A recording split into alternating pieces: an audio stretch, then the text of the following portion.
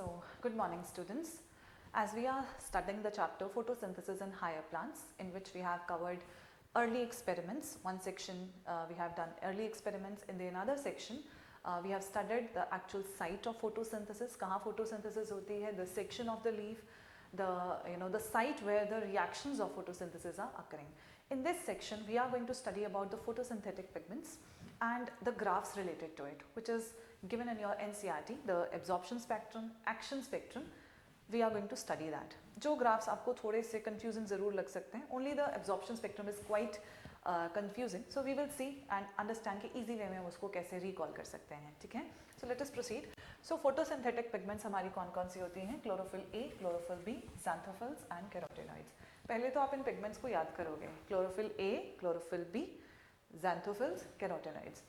जो chlorophyll A है और B है, ये ग्रीन कलर की ही पिगमेंट्स होती हैं. अंतर ये है कि क्लोरोफिल A जो है वो ब्राइट ग्रीन कलर की होती है, जबकि जो क्लोरोफिल B होती है a little lighter shade, yellowish green tinge आता है इसका. आप बस ये याद रख लो, क्लोरोफिल A गाढ़ा हरा रंग है, ये थोड़ा हल्का हरा रंग है क्लोरोफिल B का. xanthophylls yellow, okay. And then we have carotenoids. Carotenoids आप कैरेट के कलर से याद कर सकते हो, carrot like colour which go to reddish shades तक जो है इसका कलर होता है. हमें कैसे पता होगा कि एक पत्ते में इतनी सारी पिगमेंट्स होती हैं? आप कभी भी देखिए, पत्ते को जब आप देखते हैं वो पत्ता हमें most of the times we see green coloured leaves, right? So understand this thing over here, pigments सारी ही होती हैं लीव्स के अंदर, बट इट इज़ अबाउट कि जो डार्कर पिगमेंट है वो लाइटर पिगमेंट्स को मास्क कर देगा, कवर कर लेगा. आपने देखा होगा कि जब पत्ता पेड़ से टूटकर नीचे गिर जाता है तो सबसे पहली पिगमेंट जो उसमें से चली जाती है, रिमूव हो जाती है, दैट इज़ क्लोरोफिल. और उसके बाद पत्ता सबसे पहले पीला पड़ना शुरू हो जाता है. तो वो पीला क्यों पड़ रहा है? xanthophylls, क्योंकि क्लोरोफिल अब चली गई, निकल गई वहाँ से, तो अब xanthophylls जो है वो दिखना शुरू हो गए. एंड फाइनली वी सी कि वो लीफ बिल्कुल ही सूख जाता है, उसमें से वाटर भी निकल गया, लीफ डेड हो जाता है, correct? So it is all masking हो जाती है पिगमेंट्स की by the darker shades, okay. So like this. So let us proceed है. सो हमारे पास फोटोसिंथेटिक पिगमेंट्स ये सारी हैं, और आपने याद रखना है सारी की सारी ये पिगमेंट्स फैट सॉल्युबल होती हैं, वाटर सॉल्युबल नहीं. ये आपको cell the unit of life वाले चैप्टर में प्लास्टिड्स के टॉपिक में भी ये पॉइंट गिवन है. So you have to first remember कि all these pigments are fat soluble, correct? So let us proceed ahead. अब हमें आगे क्या पढ़ना है? आगे हम ये देखना चाहेंगे कि क्या ये सारी पिगमेंट्स बराबर से, मतलब सिमिलर वेवलेंथ्स को एब्जॉर्ब करती हैं लाइट की. लाइट को अगर आप स्प्लिट करो तो violet, indigo, blue, green, yellow, orange, red, इन शेड्स की, इन वेवलेंथ्स की लाइट हमारे पास होती है. वी वांट टू सी क्या ये सारी पिगमेंट्स सारी वेवलेंथ ऑफ लाइट को एब्जॉर्ब करती हैं या नहीं करती. अगर नहीं करती तो कौन सी वाली वेवलेंथ को ये सबसे ज़्यादा एब्जॉर्ब करती हैं? करेक्ट, क्योंकि फोटोसिंथेसिस वहीं मैक्सिमम होगी जहाँ लाइट सबसे ज़्यादा पिगमेंट्स एब्जॉर्ब करेंगी. ये आंसर्स हमको कहाँ मिलेंगे? In the upcoming graphs. So let us see. So हमारा जो ग्राफ है पहला वाला इज एब्जॉर्प्शन स्पेक्ट्रम. आप याद कैसे करोगे? Because one more spectrum is action spectrum. Absorption spectrum आप एब्जॉर्ब वर्ड से ही याद करोगे. इसमें आप यही पढ़ते हो कि पिगमेंट्स सबसे ज़्यादा कौन सी वेवलेंथ ऑफ लाइट को एब्जॉर्ब करते हैं. हम यहाँ ये देखना चाहते हैं पिगमेंट्स सबसे ज़्यादा लाइट को एब्जॉर्ब कहाँ, कौन सी वाली वेवलेंथ्स को करती हैं, correct? So let us see. सो यहाँ पर आपको ये these peaks can confuse you, तो आप आराम से इसको याद करोगे. कैसे? जो ब्लू वाला है this belongs to chlorophyll A, okay. This green one, these are the peaks of chlorophyll B. पहले ए को देखो, क्लोरोफिल ए ये ब्लू इस तरीके से आया यहाँ पर ये, and here is the peak once more. Chlorophyll B को जरा ध्यान से देखो, दिस ग्रीन वाला, the peak is here, then यहाँ downfall, and here is the another peak. ऐसे ही एक कैरोटेनॉइड्स की पिगमेंट है. कैरोटेनॉइड्स का this peak is here and बस यहाँ तक. पहले तो आप एक बार सारी पिगमेंट्स की जरा पीक्स देख लो. अब यहाँ पर जो मेजर फाइंडिंग्स हैं वो क्या है? मेजर चीज़ जो यहाँ पर आपको ध्यान देनी है वो ये कि सबसे ज़्यादा जो हमारी ये फोटोसिंथेसिस है, हमने देखा लाइट, कौन सी वाली लाइट को, पीक्स हमको सबसे ज़्यादा कहाँ ऑब्टेन हो रहे हैं? We are receiving the peaks in the blue and the red regions. हम एक एक करके देखते हैं. सबसे पहले आप क्लोरोफिल ए को अगर देखो तो क्लोरोफिल ए का ये जो एक पीक है आपको ब्लू रीजन में ही दिख रहा है, और क्लोरोफिल ए का जो दूसरा पीक है ये आपको रेड रीजन में फॉल होता हुआ दिख रहा है। सिमिलरली क्लोरोफिल बी की अगर हम बात करें तो बी का भी ये जो पीक है हमको एक तो ब्लू रीजन में दिख रहा है एंड दूसरा वाला पीक हमको रेड रीजन में दिख रहा है। अगर आप कंपेयर करो क्लोरोफिल ए और बी, पहली चीज क्लोरोफिल ए एंड बी दोनों के ही पीक्स हमको ब्लू और रेड रीजन्स में नजर आ रहे हैं। डिफरेंस क्या है? क्लोरोफिल ए और बी में अगर आप ब्लू रीजन में देखो तो ब्लू रीजन में क्लोरोफिल बी का पीक ज्यादा ऊपर आता है, करेक्ट। एंड अगर आप रेड रीजन्स में आप देखें तो यहाँ पर आपको क्लोरोफिल ए का पीक थोड़ा ऊपर नजर आता है। ये डिफरेंस है बस, बट दोनों की पीक्स आपको ब्लू और रेड रीजन्स में मिलती हैं।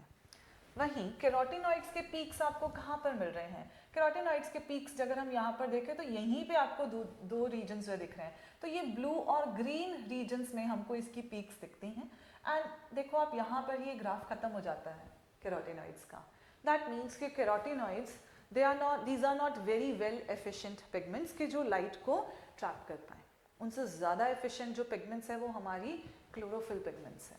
एंड अगर ए और बी में भी आप कंपेयर करें कि कौन से पिगमेंट सबसे ज़्यादा वेवलेंस को एब्जॉर्ब करती है, दैट आंसर हमारा क्या होगा?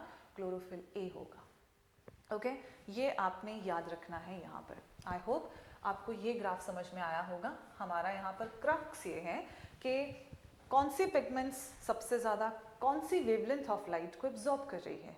सो हमने देखा ब्लू और रेड रीजन्स में हमें सबसे ज़्यादा लाइट एब्जॉर्ब होती हुई नज़र आ रही है। कौन सी pigments blue and red regions में ज़्यादा एब्जॉर्ब कर रही हैं? Chlorophyll A and B, correct. And अगर आप ध्यान से देखो कौन सी वाली वेवलेंथ ऑफ लाइट में सबसे कम एब्जॉर्प्शन देखने को मिला है, ये भी आपको याद रखना है। मैक्सिमम एब्जॉर्प्शन तो आप याद रखोगे, ऑपोजिट भी याद रखना है। सबसे कम एब्जॉर्प्शन कौन सी वाली लाइट करती है? सो आप देखोगे द ग्रीन रीजन, तो आप ये भी याद रखेंगे। ओके, सो लेट अस सी, ये जो हमारी ग्रीन पिगमेंट है यहाँ पर सबसे कम जो है वेवलेंथ, आई मीन टू से पिगमेंट सबसे कम एब्जॉर्ब करती है। देखो पीक सारी नीचे की तरफ आ जाते हैं यहाँ पर, तो ग्रीन लाइट सबसे कम एब्जॉर्ब होती है। ओके, एंड सबसे ज़्यादा एब्जॉर्ब होने वाली पिगमेंट्स जो वेवलेंथ्स हैं, जो पिगमेंट्स एब्जॉर्ब करते हैं, ठीक है, वो ब्लू एंड रेड लाइट को सबसे ज़्यादा एब्जॉर्ब करते हैं, ग्रीन को सबसे कम। ओके, सो आपने याद रखना है। हम इसको यहाँ पर let us just right it over here, हम लिख लेते हैं।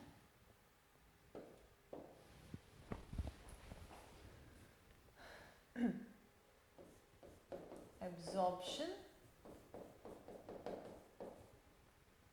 of light by pigments, ये क्रक्स है, आपने लिख लेना, ठीक है। Pigments occur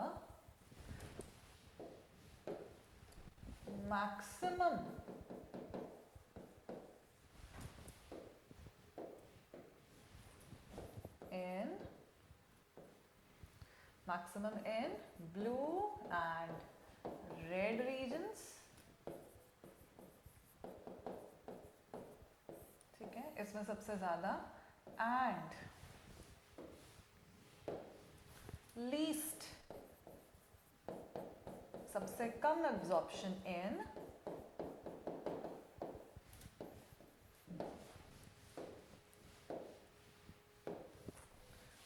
green region,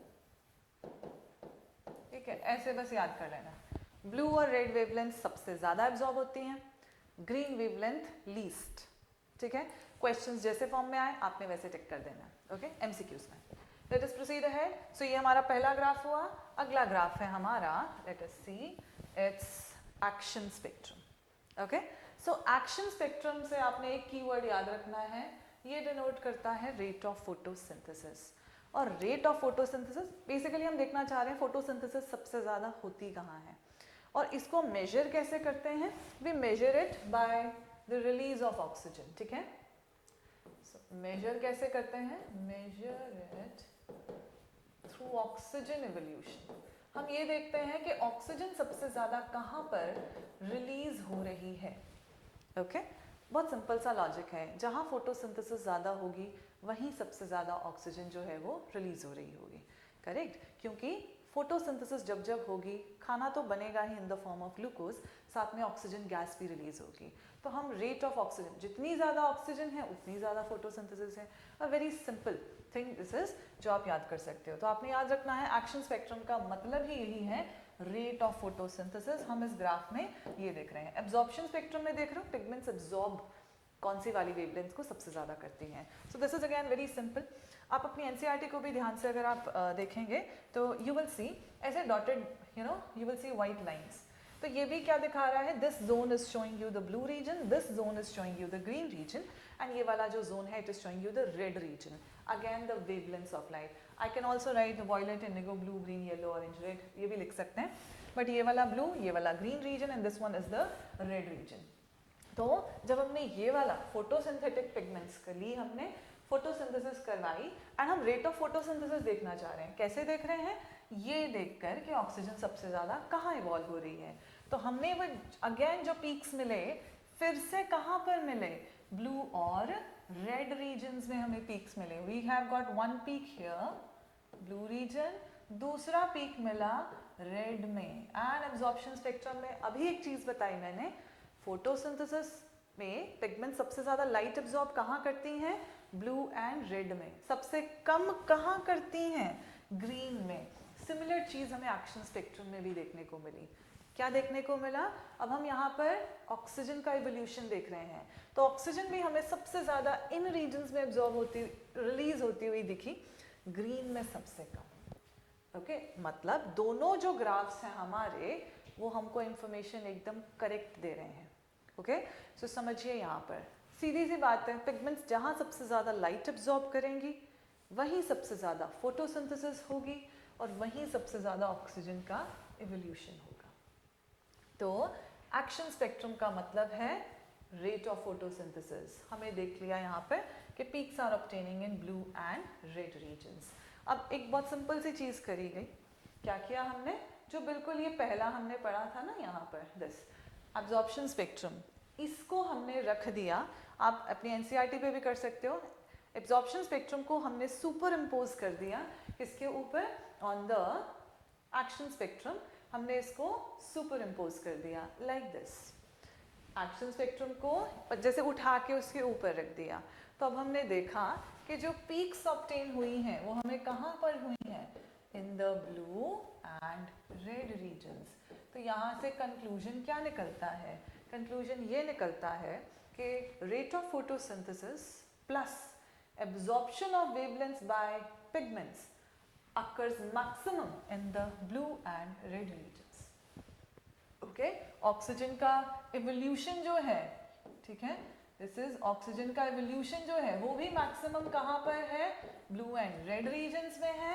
and pigments सबसे ज्यादा एब्जॉर्ब भी कहाँ कर रही हैं, ब्लू एंड रेड रीजन्स में। एंड लीस्ट कहाँ कर रही हैं, ग्रीन वाले हिस्से में। ओके, इसको याद रखोगे, least in the green region. तीनों ग्राफ्स का जो क्रक्स है वो यही है, maximum in blue and red, least in green. Absorption में भी, then rate of evolution, rate of photosynthesis जब हम देख रहे हैं तब भी यही है, ब्लू एंड रेड में मैक्सिमम, ग्रीन में कम। सुपर इम्पोज कर दिया द सिमिलर वन, इंफॉर्मेशन हमें मिली है, करेक्ट। तो आपने इस तरीके से इसको याद रखना है। नेक्स्ट हमारे पास आपकी एनसीईआरटी में जो एक लास्ट पैराग्राफ है जहाँ पर आपको इसी के बारे में इंफॉर्मेशन दी गई है कि जब आप इन दोनों ग्राफ्स को कोइंसाइड करते हो, तो जो मैंने आपको एक्सप्लेन किया यही कि ब्लू और रेड रीजन्स में सबसे ज़्यादा photosynthesis as well as oxygen evolution हमको देखने को मिलता है, करेक्ट। तो इतनी चीज़ तो हमने यहाँ पर पढ़ ली। नीचे वेवलेंथ्स भी लिखी है यहाँ पर, 400, 500, 600, 700, these are the range of wavelengths जो कि फोटोसिंथेटिक पिगमेंट्स जो हैं क्या करती हैं, एब्जॉर्ब करती हैं, ठीक है। तो अब यहाँ से हमें जो नेक्स्ट चीज़ हमें समझनी है वो ये, coming back to these pigments again. अब आपको समझ में आ गया, क्या समझ में आया कि ये पिगमेंट्स में कौन सी वाली पिगमेंट सबसे ज़्यादा एब्जॉर्ब करती हैं लाइट को, ओके, और कहाँ फोटोसिंथेसिस सबसे ज़्यादा हो रही है। इतनी चीज़ समझ में आई हमें। अब नेक्स्ट आपने एक जो चीज़ यहाँ पर समझनी है वो ये के, जस्ट अ मिनट,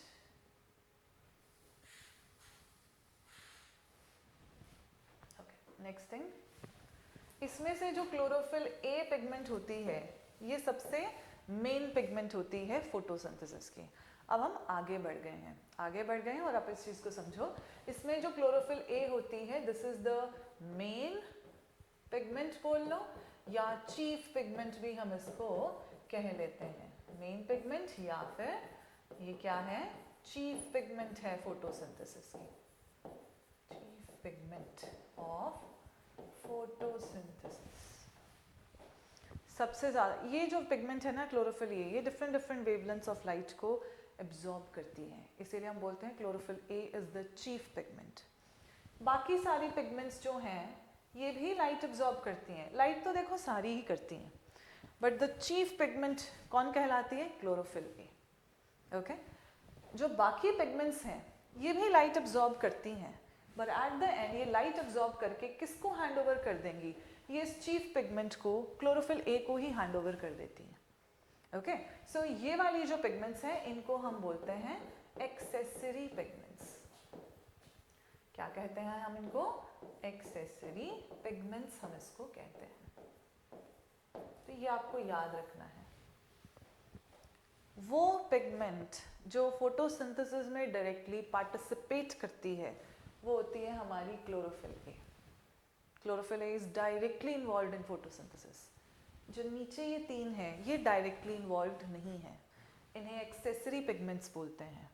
ये भी लाइट को एब्जॉर्ब करेंगी बट आगे क्लोरोफिल ए को ही हैंड ओवर कर देंगे। ओके, ये आपको और बेहतर कब समझ में आएगा, इन द नेक्स्ट सेक्शन, जब हम देखेंगे पिगमेंट्स थाइलाकॉइड के अंदर अरेंज कैसे होती हैं, अरेंजमेंट क्या है, उस अरेंजमेंट में आपको एकदम ही समझ में आ जाएगा। So you have to remember one thing over here, chlorophyll A is the chief pigment, उसके इर्द गिर्द प्रेजेंट होती हैं ये एक्सेसरी पिगमेंट्स। ओके, तो आपने ये याद रखना है।